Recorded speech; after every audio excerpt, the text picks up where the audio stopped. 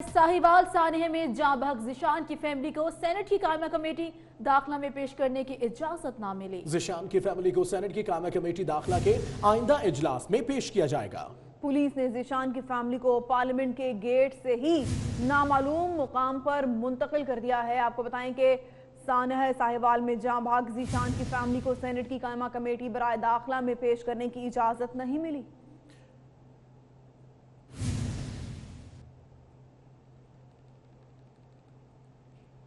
Chairman senate कायमा committee बराए दाखिला सेनेटर रहमान मलिक कहते हैं ज़ीशान की गाड़ी का पूरा रिकॉर्ड निकलवाया है। गाड़ी किसी भी दहशतगर्द के जेर इस्तेमाल नहीं है। सीटीटी के मुताबिक अगर गाड़ी दहशतगर्द की थी तो साबित क्यों ना किया गया। पूरे वाकये का तमाम पहलुओं से जायजा लेंगी। उन्होंने मजीद क्या कहा, आइए आपको भी दिखाते हैं। आज की जो कमेटी की मीटिंग थी ये फॉलो अप थी, क्योंकि हमने इंफॉर्मेशन मांगी थी अपने सेक्रेटरी इंटीरियर से। पिछली दफा हमारी कमेटी ने कहा था कि जेआईटी ठीक नहीं है, हमें जुडिशल कमीशन चाहिए।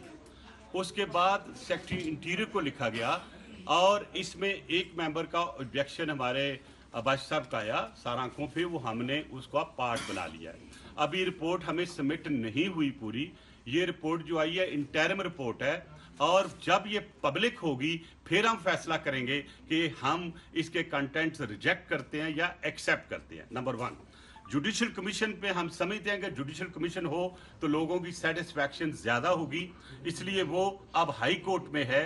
2 जजेस बैठेंगे जो ये फैसला करेंगे कि क्या एक कमीशन होना चाहिए या नहीं होना चाहिए। मैं आपको भी पूरे पाकिस्तान को एश्योर कराता हूं कि ये जितनी रिपोर्टें आ रही हैं इसको एक कमेटी हमारी सेनेट की हाई पावर्ड कमेटी इसको एग्जामिन करेगी, स्टडी करेगी। अगर इसमें वो चीजें जो हमने मांगी हैं हमारी और पब्लिक की सेटिस्फैक्शन के मुताबिक नहीं होंगे तो हम अपने हिसाब से उसकी इन्वेस्टिगेशन किसी और प्रबंध से भी करवा सकते हैं। पहले कहते थे कि ये गाड़ी जो है किसी टेररिस्ट की थी। मैंने पूरी गाड़ी का रिकॉर्ड निकाला, 4 लोगों में वो गाड़ी ट्रांसफर हुई है, उसमें किसी जगह नहीं मेंशन की ये टेररिस्ट है। नंबर 1, एक ये मुझे सस्पिशन होती है कि अगर आप कहते हैं ये गाड़ी टेररिस्ट की थी तो फिर क्यों साबित नहीं की कि गाड़ी टेररिस्ट की है। दूसरा, जब वो निकलते हैं तो वो जाते हैं साहिवाल के करीब, तो उनको पहले क्यों नहीं इंटरसेप्ट कर लिया और फिर 2.5 घंटे फ्रॉम लाहौर टू साहिवाल के चौक तक लगे हैं। कहीं ना कहीं तो खड़े होंगे, कहीं ना कहीं वो बैठे होंगे, कहीं ना कहीं उन्होंने कोई बात की होगी। हो सकता मतलब पेशाब के लिए रुके हों, बच्चों को खाने के लिए कुछ चीज लेकर रुके हों, तो क्या उस वक्त इंटरसेप्ट नहीं हो सकते थे। इसलिए वो जो तस्वीरें हैं उसको मैंने रिजेक्ट किया है कि ये कोई बात नहीं है, इसको नहीं हम लेंगे।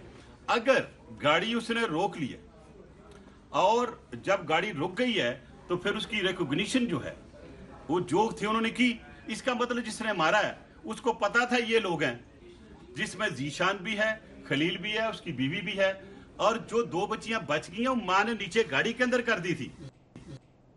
सेनेट कायमा कमेटी बराए दाखिला की रुकन सेनेटर कलसूम परवीन का कहना है कि आईजी पंजाब ने उनकी तौहीन की है, इसलिए वो आईजी पंजाब के खिलाफ तहरीके कहना है। आप भी देखिए। मैं अफसोस ही कह सकती हूँ, क्या कर सकती हूँ। मैं प्रिविलेज कल मूव कर रही हूँ इसी चीज़ के लिए कि मैं उन बच्चों की पूछ रही हूँ कि किसने लाइसेंस दिया है उनको मारने के लिए। तो क्या ये मजाक है?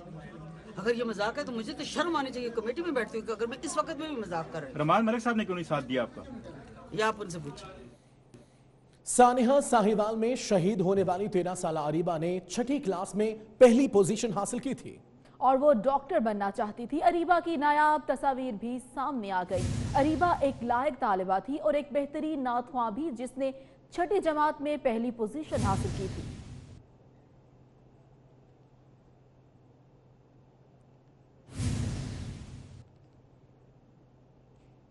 वजीर कानून राजा बिशारत ने पाकिस्तान में दाइश की मौजूदगी पर बात करने से इनकार कर दिया। कहते हैं दाइश काम कर रही है या नहीं वो कोई बात नहीं करेंगे। दाइश के हवाले से जेआईटी ही तहकीकात कर रही है। मैं इस पर कोई कमेंट नहीं करूंगा, इसलिए कि ये मामला इस वक्त जेआईटी के पास है। उनको डिसाइड करने दें कि वो क्या इसमें फैसला। मैं यह कर रहा हूँ ना कि let the JIT decide. JIT का अभी मौका सामने आ जाएगा। तमाम हकाइक से उन्होंने पर्दा उठाना है। आप उनको मुल्क गवर्नमेंट ने ब्रीफिंग दी है, उस पर वो कमेंट कर सकते हैं। मैं जो आपको गुजारिश कर रहा हूँ कि हमें इस पर इंतज़ार करना चाहिए जेआईटी की रिपोर्ट। आपको बताएं कि हुकूमती दावे सिर्फ ज़बानी जमा खर्च निकले। साबिक वज़ीर-ए-आज़म नवाज शरीफ के इलाज के लिए स्पेशल मेडिकल बोर्ड तश्कील नहीं दिया जा सका। जुमेरात को वज़ीर आला के तर्जुमान शहबाज गुल ने मेडिकल बोर्ड कायम करने का ऐलान किया था। तिबी इमदाद का उनका मसला है वो मैं आपको बता देता हूं कि उनके डॉक्टर जेल का तो उन्हें रोज चेक करता है, उसके साथ साथ उनके अपने मॉलेज ने उन्हें चेक किया और कुछ टेस्ट रिकमेंड किए। उसकी बेस के ऊपर पीआईसी का एक बोर्ड जो है वो जेल गया और वहां पे उनका मुआयना किया और उन्होंने कुछ टेस्ट रिकमेंड किए, जिसपे इस मंगल वाले दिन उनको पीआईसी में लाके उनके टेस्ट करवाए गए। उन टेस्ट के बाद जो बोर्ड था उसने रिकमेंड किया कि इनका एक लार्जर बोर्ड बनवाया जाए जिसमें पिम्स और दूसरे डॉक्टर्स भी हों जो इनका मुआयना करे, और उसके साथ साथ बोर्ड ने कहा कि इन्हें लो प्रोटीन खुराक, नमक के बगैर खुराक, उस तरह की खुराक दी जाए। बोर्ड की तमाम रिकमेंडेशंस पे फौरन अमल हुआ। आज सुबह हमें वो लेटर पहुंचा है, आज ही सुबह। तो आज ही लार्जर बोर्ड बनाने के लिए हमने कह दिया, ऑलरेडी वो बन रहा है। तो आपने मुलाहिजा किया कि जुमेरात को वज़ीर आला के तर्जुमान शहबाज गिल ने मीडिया से बात की, मेडिकल बोर्ड कायम करने का ऐलान भी किया। इसे पर बात करने के जाहिद चौधरी साहब हमारे साथ हैं। जाहिद साहब, जब ऐलान कर दिया गया तो फिर बोर्ड बनाया क्यों नहीं गया? वज़ीर आज़म मियां नवाज शरीफ को 9 रोज़ कबल जो है वो जब उनके टेस्ट किए गए तो उसमें दिल का दौरा पड़ने का इंकशाफ हुआ था। 9 रोज़ गुजर चुके। हुकूमत की जानिब से जो है वो सारे मामले पर सिर्फ ज़ुबानी जमा खर्च जो है वो किया जा रहा है, या फिर हुकूमती नुमाइंदे जो है वो मतज़ाद बयानात दागने पर जो है वो ज़्यादा तवज्जो दे रहे हैं। और उनकी जानिब से जो ऐलान भी किया गया था, जिस तरह के वज़ीर आला के तर्जुमान शहबाज गिल ने यह कहा गुज़श्ता रोज़ कि medical board, special medical board बनाया जा रहा है, लेकिन ताहाल ये मेडिकल बोर्ड जो है वो इस हवाले से कोई ठोस पेशरफ नहीं हो सकी। और साबिक़ वज़ीर आज़म मियां नवाज शरीफ जिनकी फौरी तौर पर एंजियोग्राफी होनी थी, आज 9 रोज़ गुजर चुके, उनकी ना तो एंजियोग्राफी की गई है, ना ही उनको मुनासिब इलाज फराहम किया गया है। दूसरी जानिब जो पीआईसी और जना अस्पताल के मेडिकल बोर्ड्स की जानिब से मियां नवाज शरीफ को इलाज फराहम किया गया, जो उनका चेकअप किया गया और उनके टेस्ट किए गए, इस सारे मामले से महकमा स्पेशलाइज्ड हेल्थ जो है उसके लाइलम होने का भी इंकशाफ हुआ है कि इन अस्पतालों की जानिब से इस सीरियस नौइयत के मामले से महकमा स्पेशलाइज्ड हेल्थ केयर को लाइलम रखा और बाज़ाब्ता तौर पर महकमा स्पेशलाइज्ड हेल्थ को इस सारी सूरत हाल से अभी तक आगाह ही नहीं किया गया। शुक्रिया जाहिद चौधरी, आगाह कर रहे थे। वफाकी वज़ीर इत्तलात फवाद चौधरी कहते हैं जिनकी वजह से मईशत का बेड़ा गर्क हुआ वो मईशत पर लेक्चर देते हैं। ऑपोजिशन को वज़ीर आज़म का एहतराम करना चाहिए। अफगानिस्तान में अमन के हवाले से दुनिया वज़ीर आज़म इमरान खान की जानिब देख रही है। वो पार्लियामेंट हाउस के बाहर मीडिया से बात कर रहे थे। जिन लोगों ने मईशत का ये हाल किया है, जिनकी वजह से हम इधर पहुंचे हुए हैं, वो आके लेक्चर देते हैं। अपोजिशन ने जो रवैया अख्तियार किया जब प्राइम मिनिस्टर साहब ऐवान में आए, एक तरफ आप रोज़ कहते हैं कि प्राइम मिनिस्टर साहब क्यों नहीं आ रहे, दूसरी तरफ जब वो आते हैं तो आप ऐवान को एक बिल्कुल लगता है कि जैसे आप किसी बाजार में आ गए। ताने कसे जाते हैं, फिक्रे कसे जाते हैं, असम्बली का माहौल नहीं रहता। अपोजिशन को वज़ीर आज़म का भी एहतराम करना होगा। अफ़गानिस्तान को लेकर के जहाँ पर इंडिया ने डोमिनेट कर लिया था सारे की सारे अफ़गान सियासत को और अफ़गान खारजा पॉलिसी, पाकिस्तान में 5-6 महीनों में ये रोल नहीं अदा कर सकती थी जो तरीके इंसाफ ने अदा किया। हुकूमत बैरून मुल्क असासे जाहिर करने वालों के लिए एमनेस्टी ला रही है या नहीं, बड़े वजीर और छोटे वजीर एक दूसरे को समझाते रहे, इस रिपोर्ट में जानिए। लेकिन अगर नहीं दिया हुआ किधर चलेगा, कंफ्यूज कर दोगे, किधर चलेगा, कंफ्यूज कर दोगे, किधर चलेगा, कंफ्यूज कर दोगे। पीटीआई ने मिनी बजट में एफबीआर को बैरून मुल्क असासे जाहिर करने वालों से टैक्स वसूल करने का इख्तियार दे दिया, मगर हुकूमती वज़रा कहते हैं कि ये एमनेस्टी नहीं है। एमनेस्टी स्कीम पर छोटा वजीर कुछ बोलने लगा तो बड़े वजीर ने रोक दिया।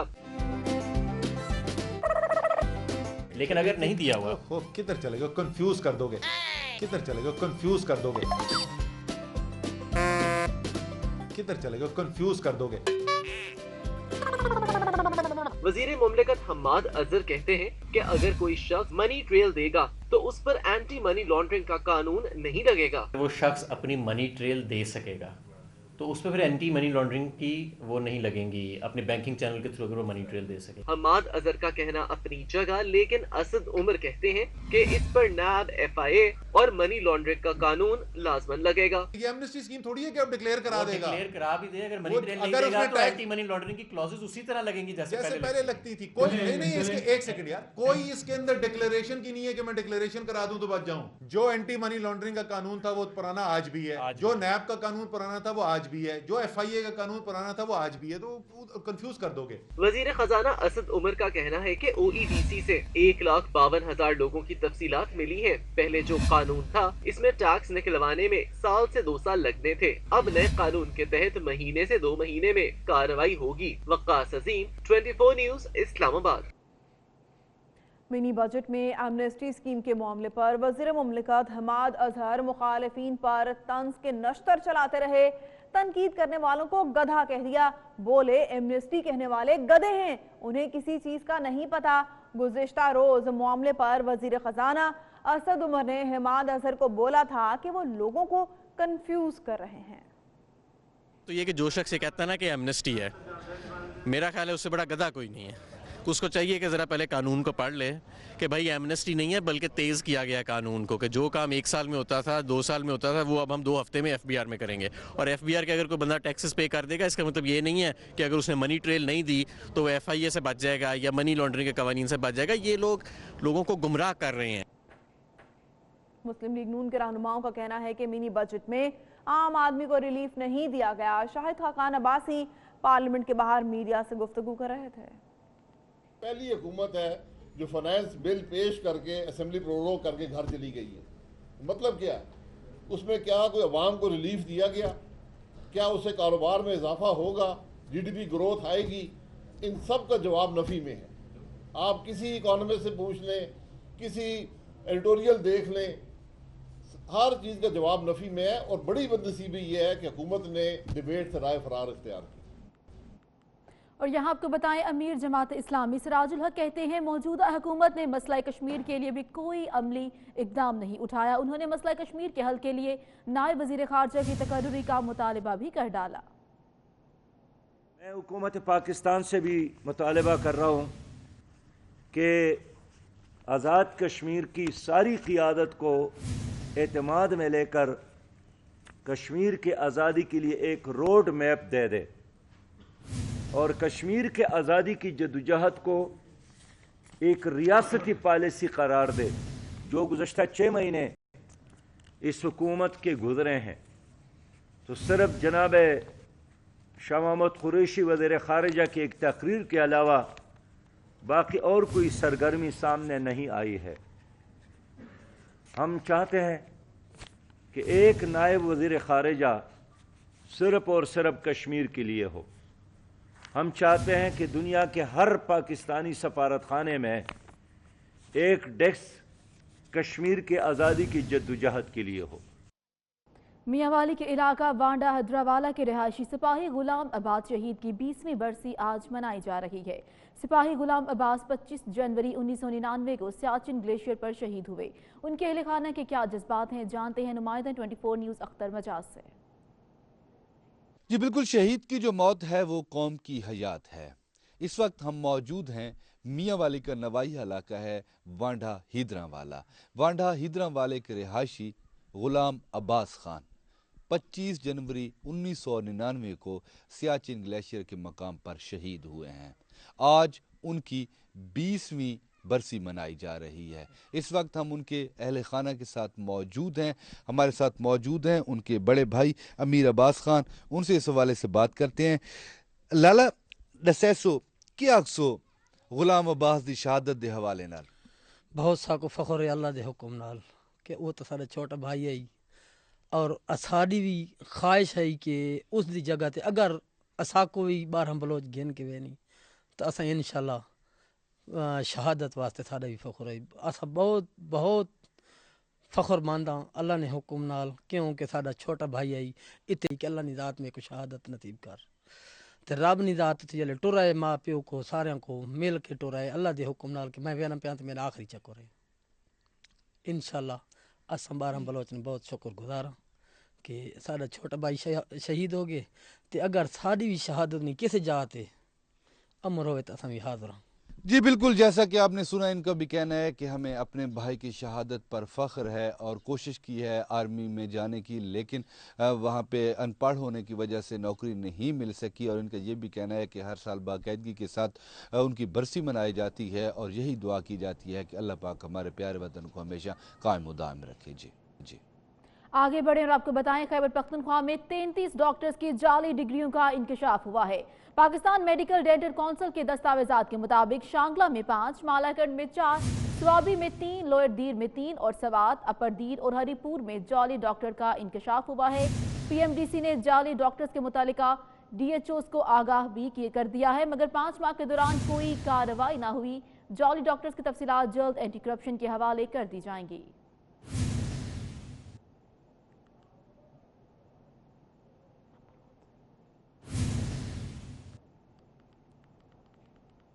कराची के निजी स्कूलों में फीस कमी के सुप्रीम कोर्ट के फैसले पर अमल दरामद के लिए महकमा एजुकेशन ने अहकामात जारी कर दिए। 5000 से जायद फीस वसूल करने वाले निजी स्कूलों को 20% कमी करना होगी। इंस्पेक्शन टीमें अदालती फैसले पर अमल दरामद का जायजा लेंगी। खिलाफ वर्जी पर मुतल्लिका इदारों के खिलाफ कार्रवाई भी होगी।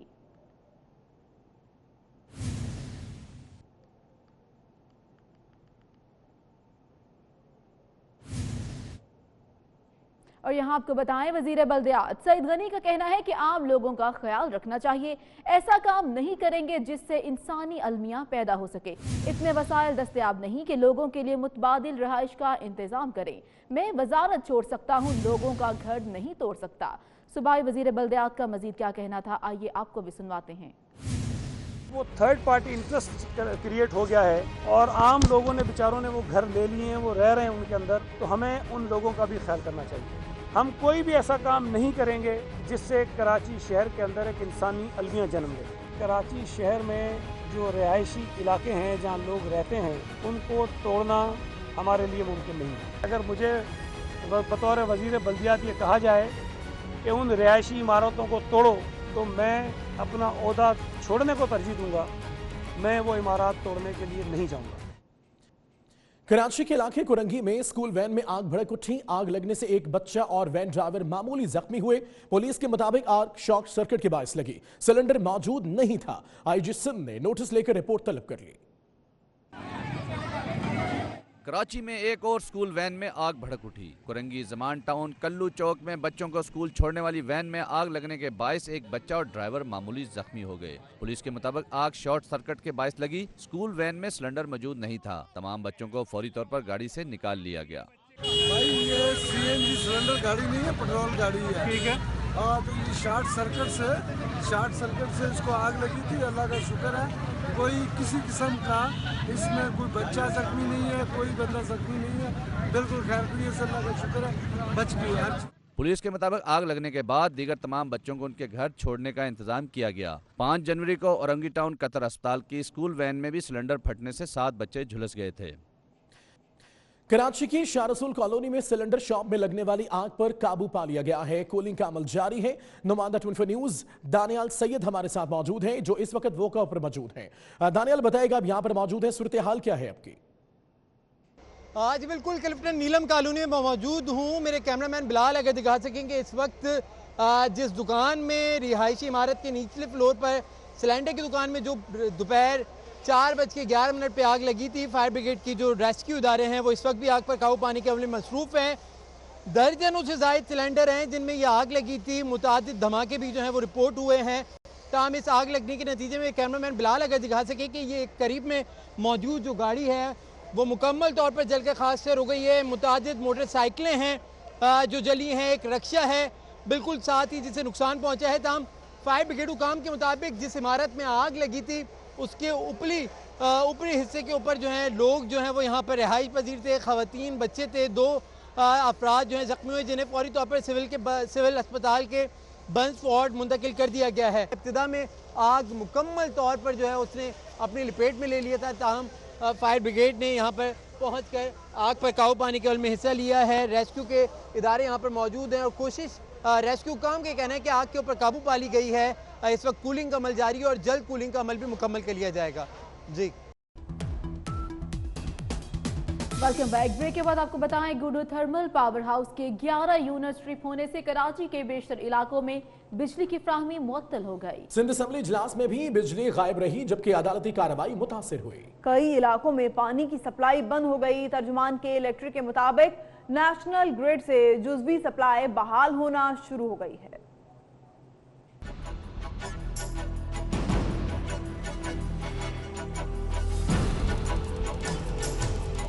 कराची में बिजली का एक और ब्रेकडाउन, शहर के बेशतर इलाके बिजली से महरूम। ब्रेकडाउन के बायस defence, Clifton, Tariq road, north Nazimabad, model colony, Saudabad, Malir, Liaquatabad, C1 area, Mahmudabad, Korangi, Gulshan Iqbal, Orangi town, soldier Bazaar, old city areas, Lyari, Saddar और डिफेंस व्यू में भी बिजली मुअत्तल हो गई। बिजली के ब्रेकडाउन के बायस शहरियों को काफी मुश्किलात का सामना रहा। कहा, इस सूरत-हाल में कारोबारी सरगर्मियां सख्त मुतासिर हो रही हैं।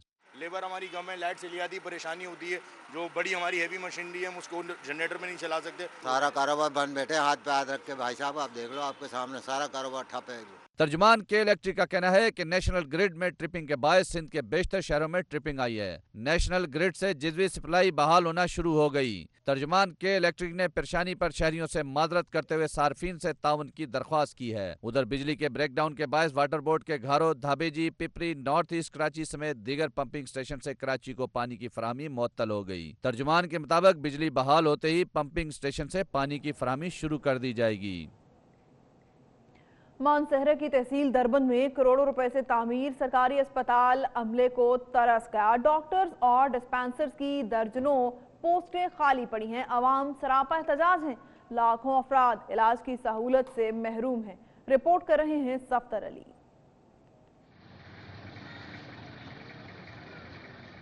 जिला मानसहरा की तहसील दुर्बन में ज़लज़ले के बाद करोड़ों रुपए से सरकारी अस्पताल बनाया गया, मगर महकमा सेहत स्टाफ की तैनाती करना भूल गया। इलाज की सहूलतें न मिलने से लाखों अफराद परेशान हैं। अकलौते डॉक्टर का 1 माह पहले तबादला कर दिया गया।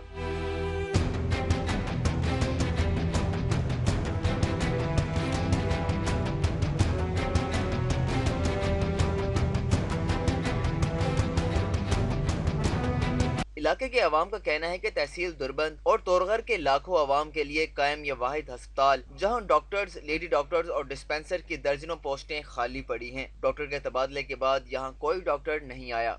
एक dental doctor, 2 mail doctor, 1 female doctor, उन्हें बच्चा कोई आदमी मौजूद नहीं।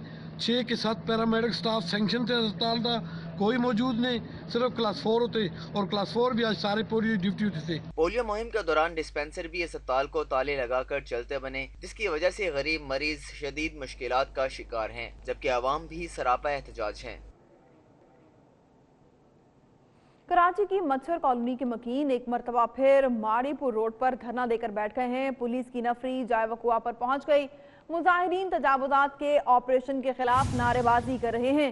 गुज़िश्ता रोज भी रात गए तक मुजाहिरीन ने माड़ीपुर रोड पर धरना दिए रखा। आपको बताएंगे कराची की मच्छर कॉलोनी के मकीन एक मरतबा फिर माड़ीपुर रोड पर धरना देकर बैठ गए हैं। पुलिस की नफरी जाय वकुआ पर पहुंच गई। मुजाहिरीन तजावुजात ऑपरेशन के खिलाफ नारेबाजी कर रहे हैं। गुज़िश्ता रोज भी रात गए तक मुजाहिरीन ने माड़ीपुर पर धरना दिए रखा।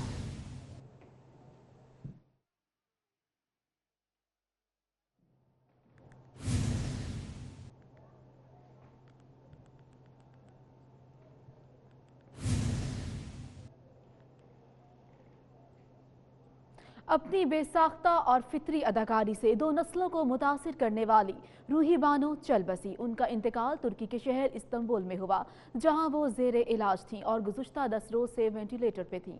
तफसीलात इस रिपोर्ट में जानिए। हैरत होती है, पैसे में इतनी ताकत होती है कि आप अपने अच्छे परफॉर्मर को तकलीफ पहुंचा रहे हैं।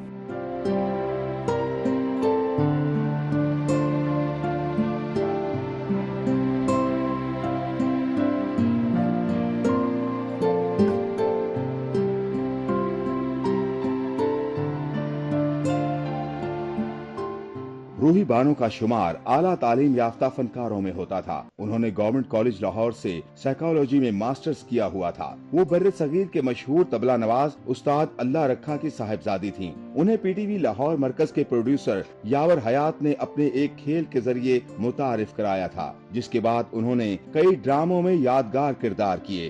थारा दिमाग खराब हो गया क्या? मारा घर का जुग्गी का जुग्गी। रेशमा, तू तो मुझे कोई बेगम साहबा लगती है। तुझे तो बंगले में रहना चाहिए, बंगले में। ये दिद्दे फाड़ फाड़ क्या रखे है? तमन्ना न जाने। दिद्दे निकाल के हथेली पे रख दूंगी, बदमाश के मेरी बात सुन रेशमा।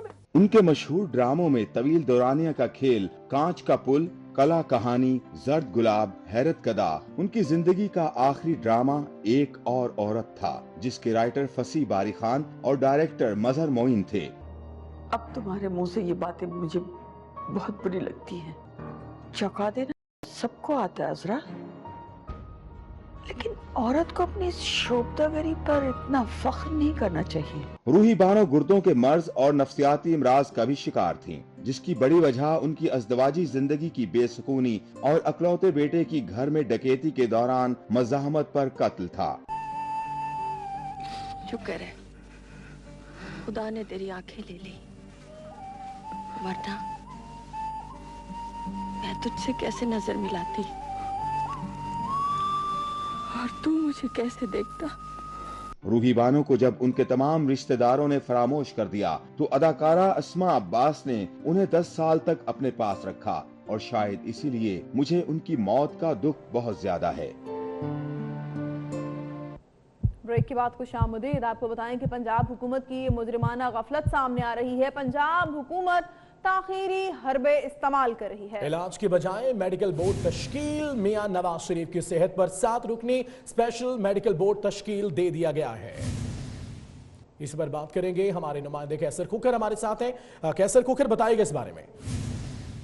पंजाब के महकमे मियां मोहम्मद नवाज शरीफ जो नैब के कैदी हैं और इस वक्त कोट लखपत जेल में कैद जो है गुजार रहे हैं, उनके 7 रुकनी मेडिकल बोर्ड तश्कील देने का नोटिफिकेशन जारी किया है, और ये नोटिफिकेशन महकमा दाखिला ने जारी किया है। या इस नोटिफिकेशन में के मुताबिक 2 जो हाजिर सर्विस ब्रिगेडियर रैंक के फौजी अफसर हैं वो भी इस बोर्ड में शामिल किए गए हैं। जबकि डॉक्टर हामिद शरीफ जो है इस बोर्ड को हेड करेंगे, कन्वीनर होंगे। ये मेडिकल बोर्ड जो है PIC के अस्पतालों का जो बोर्ड था उसकी सिफारिशात की रोशनी में बड़ा मेडिकल बोर्ड जो बनाया गया है वो बनाया गया है। ये मेडिकल रिपोर्ट जो है, ये मेडिकल बोर्ड फौरी तौर पर मियां मोहम्मद नवाज शरीफ की सेहत के हवाले से, उनके हार्ट, उनके गुर्दे, फेफड़े, तमाम मुकम्मल मेडिकल फिटनेस के हवाले से अपनी सिफारिशात जो है महकमा दाखिला को भेजेगा। क्या उनका अस्पताल में इलाज मुमकिन है या उनका जेल में इलाज मुमकिन है, इस हवाले से वो अपनी सिफारिशात जल्द जो है वो पंजाब हुकूमत को देगा। जी बहुत शुक्रिया कैसर खुकर आपका। और यहाँ आपको बताएं, सानेहा साहिवाल में जांबह खलील के भाई जलील का कहना है कि पंजाब पुलिस ने पैगाम दिया कि सदर मुमलिकत और चेयरमैन सेनेट से मुलाकात कराने के लिए इस्लामाबाद ले जाना है। आज इस्लामाबाद में कोई मुलाकात नहीं कराई गई और वापस लाहौर भेज दिया गया। जी हाँ बिल्कुल, आपको बताएं कि सानेहा साहिवाल में जांबह खलील के भाई जलील का कहना है कि पंजाब पुलिस ने पैगाम दिया लेकिन कोई मुलाकात नहीं कराई गई। इस वक्त हमारे साथ मौजूद हैं जलील साहब, उनसे बात करते हैं। बहुत शुक्रिया जलील साहब आपके वक्त का। क्या कहना चाहेंगे, क्या सूरत हाल पेश आई? आपको ये कहकर बुलाया गया था कि मुलाकात करवाई जाएगी, लेकिन ना मुलाकात करवाई गई बल्कि गेट से ही वापस ले आया गया। हाँ जी, कोई मुलाकात नहीं कराई गई, हमें उधर ही घुमा फिरा के वापस भेज दिया गया। तो जलील साहब ये बताइएगा कि क्या कहा गया है कि दोबारा मुलाकात कभी करवाई जाएगी या आज मुलाकात क्यों नहीं हो सकी? इसके बारे में कुछ नहीं बताया उन्होंने। कोई बात भी नहीं की जलील आपसे? हम वापस निकले हैं पिंडी से, सुबह 6 बजे गए हैं इधर, लेके आए थे ये पुलिस वाले, पंजाब पुलिस वाले। अच्छा, जब आप वापस आ रहे थे, जब आपको ले जाया जा रहा था और वापस आप आ रहे थे, रास्ते में कोई आपसे कोई बात की हो इस मुलाकात से मुतल्लिक या वापसी से कोई आपको यकीन दहानी कराई गई हो? तो आप निकले हैं उधर से पिंडी से। हेलो जी जी, आपको सुन रहे हैं जलील, बताइए। मैं जी पिंडी से निकल रहे हैं आप तो घर की तरफ। अच्छा, अभी आप घर की तरफ निकल रहे हैं, तो इतनी देर आप यहाँ पे रहे हैं, आपसे किसी और हुकूमती नुमाइंदे ने बात की हो या कोई आप दादरसी की हो, किसी किस्म की कोई बात नहीं हुई? किसी से नहीं बात हुई, बस गड्डियां जी। ठीक है, बहुत शुक्रिया जी। इस्लामाबाद। न्यूज़ स्टूडियो से फिल वक्त इतना। एक ब्रेक के बाद हेडलाइंस देखते रहिए 24 न्यूज़।